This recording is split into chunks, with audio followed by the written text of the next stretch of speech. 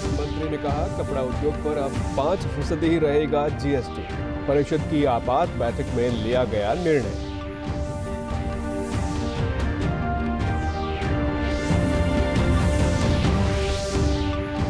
प्रदेश सरकार द्वारा दुबई की तर्ज पर बनाया जाएगा अंतर्राष्ट्रीय स्तर का बाजार। द्वारका एक्सप्रेसवे के नजदीक ग्लोबल सिटी के नाम से किया जाएगा स्थापित।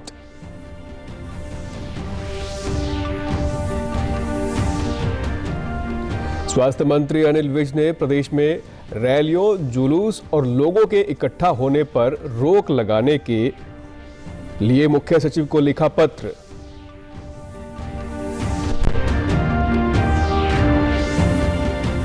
और प्रदेश में 8वीं कक्षा की बोर्ड परीक्षा करवाने के लिए प्रश्न पत्र का प्रारूप हुआ तैयार। जल्द ही वेबसाइट पर अपलोड किया जाएगा सैंपल पेपर। नमस्कार, मैं सुरेंद्र कुमार। अब समाचार विस्तार से। केंद्रीय वित्त मंत्री निर्मला सीतारमण ने आज प्रेस वार्ता में कहा कि जीएसटी काउंसिल की 46वीं आपात बैठक में ये निर्णय लिया गया है कि टेक्सटाइल सेक्टर पर जो जीएसटी बढ़ाया गया था उस फैसले को स्थगित कर दिया जाएगा। फैसले के बाद टेक्सटाइल पर अब 5% ही जीएसटी लगाया गया है, जबकि 12% फैसले को रद्द कर दिया गया है।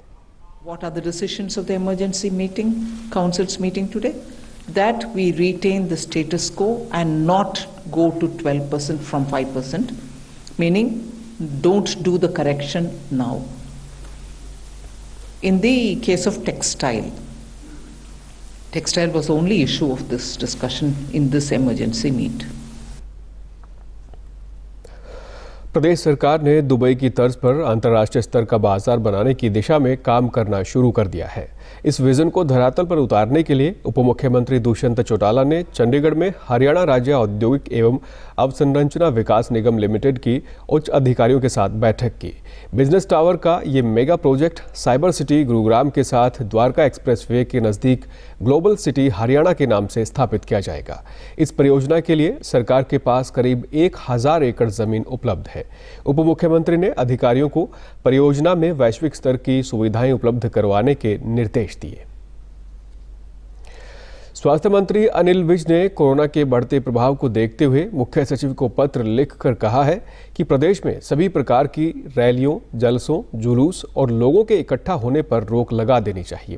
उन्होंने कहा कि भीड़-भाड़ वाले स्थानों पर रोक लगाना जरूरी है और कोरोना के नियमों का सभी जिलों में प्रशासन की सख्ती से पालन करवाना चाहिए।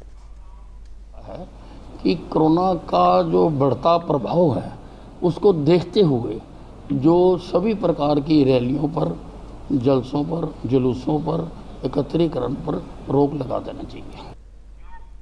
स्वास्थ्य मंत्री ने अधिकारियों के साथ की गई समीक्षा बैठक के बाद बताया कि रोहतक के महर्षि दयानंद विश्वविद्यालय में स्थापित जीनोम सीक्वेंसिंग लैब के संचालन का प्रमाण पत्र मिल गया है। उन्होंने कहा कि अब कोविड-19 वैक्सीनेशन में लोग पासपोर्ट का नंबर भी लिखवा सकते हैं। अनिल विज ने कहा कि प्रदेश में 15 से 18 वर्ष की आयु के किशोरों के लिए कोवैक्सीन का टीकाकरण 3 जनवरी से शुरू होगा। इसके लिए कोविन वेबसाइट या ऐप के माध्यम से पंजीकरण 1 जनवरी से शुरू हो जाएगा। वैक्सीनेशन का काम शुरू हो जाएगा। हरियाणा में इनकी लगभग संख्या 15,40,000 है।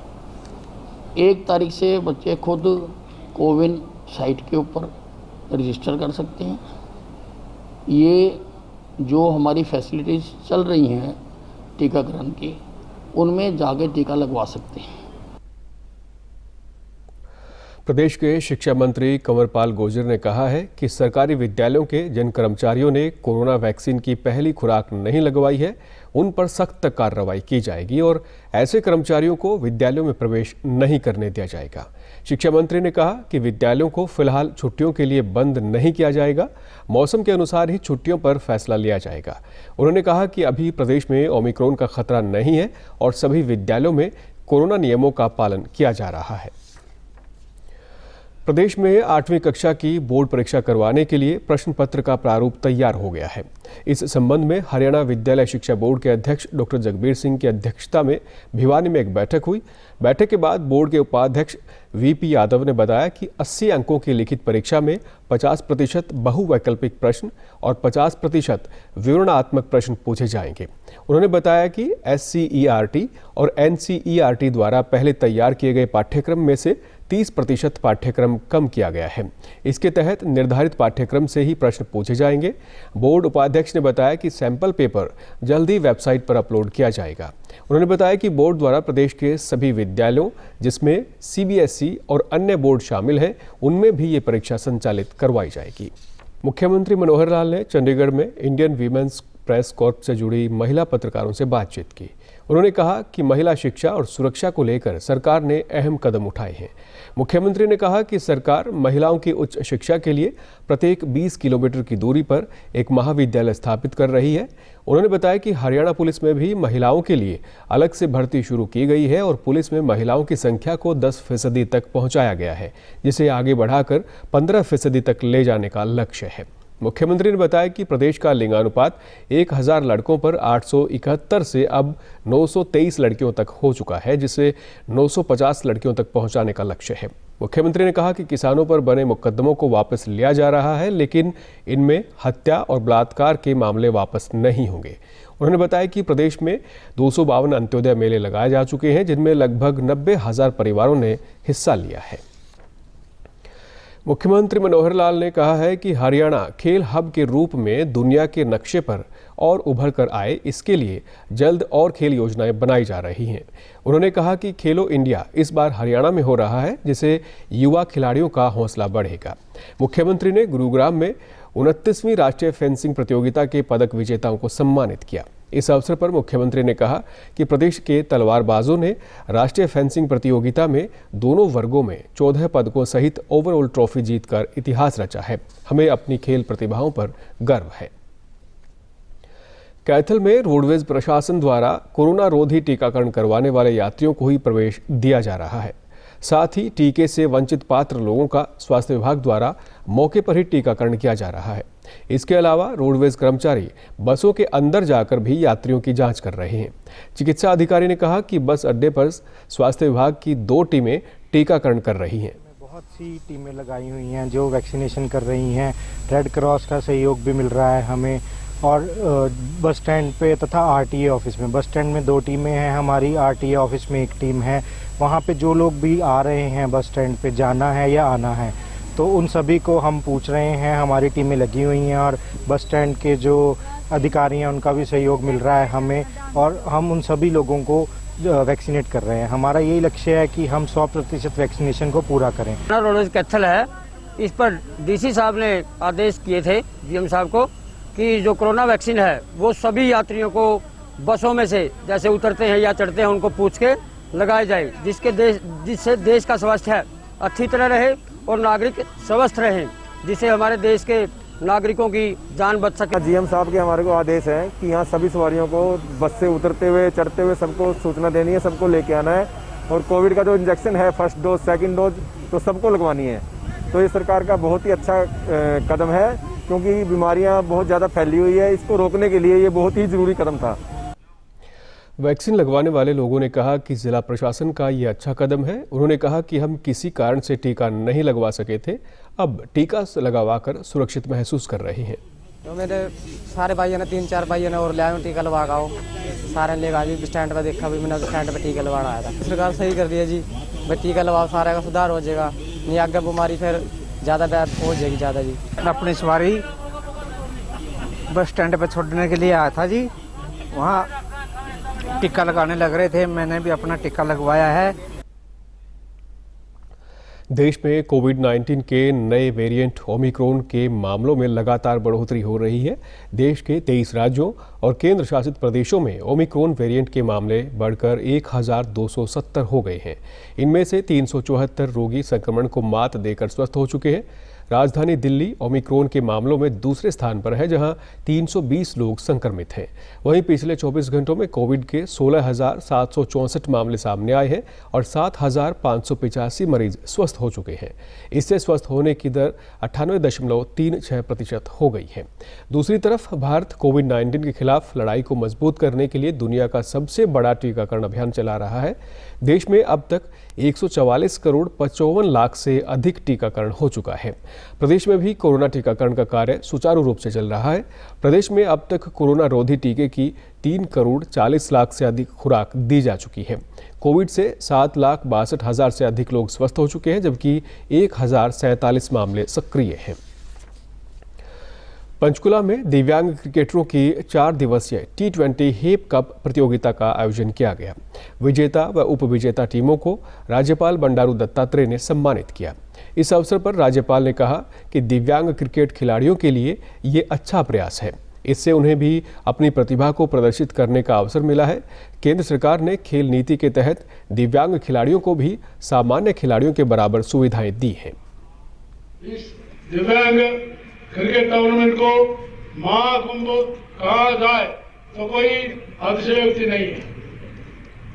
इस चैंपियनशिप की सफलता के लिए मैं आयोजकों को भी बधाई देना चाहता हूँ। जो हमारे दिव्यांगजन खिलाड़ी हैं, उन्होंने भारत की पताका को सारे विश्व के अंदर फहराया है और जिस तरह से ये एक के बाद एक साहसिक कदम उठा रहे हैं। खिलाड़ियों ने बताया कि इस प्रतियोगिता में पूरे देश के खिलाड़ियों से रूबरू होने का अवसर प्राप्त हुआ। ऐसी प्रतियोगिताओं से खिलाड़ियों का मनोबल बढ़ता है और उन्हें भविष्य में और बेहतर प्रदर्शन करने की प्रेरणा मिलती है। आयोजित हुआ था पंचकुला में, तो मैं बहुत खुश हूँ जो हम लोग को अपॉर्चुनिटी मिली। हब कप टूर्नामेंट बहुत अच्छा ऑर्गेनाइज हुआ था। देश की 4 टीमें थी। उस 4 दिन के इस सफ़र में पूरे समस्त इंडिया के यहाँ पे खिलाड़ी आए थे, लेकिन इस खेल में पूरे हमने जो खेल खेला है बहुत अच्छा खेल खेला है और हमारी टीम इस टूर्नामेंट में पूरी चैंपियन रही। डीडी न्यूज़ हरियाणा पर देश और प्रदेश से जुड़ी खबरों को विस्तार से जानने के लिए आप हमारे साथ फेसबुक, ट्विटर और यूट्यूब के माध्यम से भी जुड़ सकते हैं। हमसे जुड़ने के लिए आप हमारे सोशल मीडिया हैंडल को भी फॉलो कर सकते हैं। अब आप अपने मोबाइल फ़ोन से QR कोड स्कैन कर हमारे यूट्यूब चैनल पर सीधे पहुंच सकते हैं। प्रधानमंत्री नरेंद्र मोदी के वर्ष 2025 तक टीबी मुक्त भारत के सपने को साकार करने की दिशा में नूंह जिला निरंतर आगे बढ़ रहा है। निक्षय पोषण योजना के तहत जिले में 2,905 रोगियों को 69 लाख से ज़्यादा की राशि आर्थिक सहायता के रूप में दी जा चुकी है। ये धनराशि रोगियों को पौष्टिक आहार के लिए दी जाती है, जिससे उनके शरीर में रोग से लड़ने की क्षमता बढ़ सके। टीबी मुक्त हरियाणा मिशन के तहत चिकित्सकों द्वारा नूंह में प्राथमिक स्वास्थ्य केंद्र पर टीबी संभावित मरीजों के एक्सरे किए गए और बलगम की जांच के लिए नमूने लिए गए। टीबी मुक्त अभियान के नोडल अधिकारी डॉक्टर प्रवीण राज तंवर ने बताया कि स्वास्थ्य विभाग द्वारा रणनीति बनाकर काम किया जा रहा है, जिसके बेहतर परिणाम मिल रहे हैं। हालांकि पिछले 2 महीने से थोड़ा टीबी डिटेक्शन का रेट हमारा कम हुआ है। एक तो मैं आपके माध्यम से आमजन को ये अनुरोध करना चाहूँगा कि जिसको प्रोलॉन्ग्ड खांसी है या टीबी जैसे सिम्टम है, वो स्वैच्छिक रूप से आगे आएँ। ये कोई अभिशाप नहीं है। ट्यूबरक्लोसिस ट्रीट करने लायक बीमारी है, इसको ठीक किया जा सकता है। लेकिन एक तो इसमें जो आपको डार्ट्स और जो डोजेस दिए जाएं वो पूरा करें। जैसे ही थोड़ा सा रिलीफ मिलता है, लोग बीच में दवाई छोड़ देते हैं और उसका रिजल्ट ये होता है कि ट्यूबरक्लोसिस रेजिस्टेंट मोड में आकर के आ जाता है, जिसका इलाज और भी लंबा हो जाता है। भारत का जो स्वास्थ्य मंत्रालय है वो इस लक्ष्य को लेकर चल रहा है कि आने वाले समय में 2025 तक भारत को टीबी मुक्त कर दे। सरकार ने बहुत बड़ा एक अभियान चलाया हुआ है, जिसके तहत आज टीबी मरीजों को प्रति माह 500 रुपये भी सरकार अपनी ओर से दे रही है।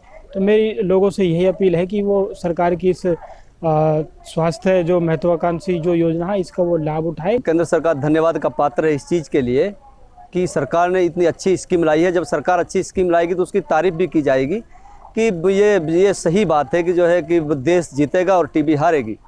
और इस आज के हालात को अगर देखते हुए कि ज़रूरी भी था सरकार को इस योजना को लाना।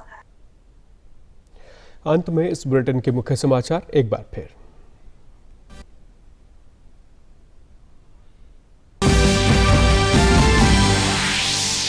केंद्रीय वित्त मंत्री ने कहा, कपड़ा उद्योग पर अब 5% ही रहेगा जीएसटी। परिषद की आपात बैठक में लिया गया निर्णय।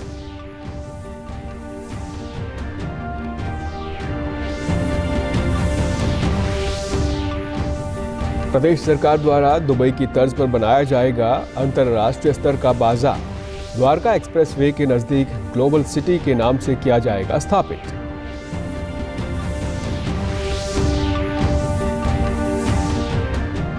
स्वास्थ्य मंत्री अनिल विज ने प्रदेश में रैलियों, जुलूस और लोगों के इकट्ठे होने पर रोक लगाने के लिए मुख्य सचिव को लिखा पत्र।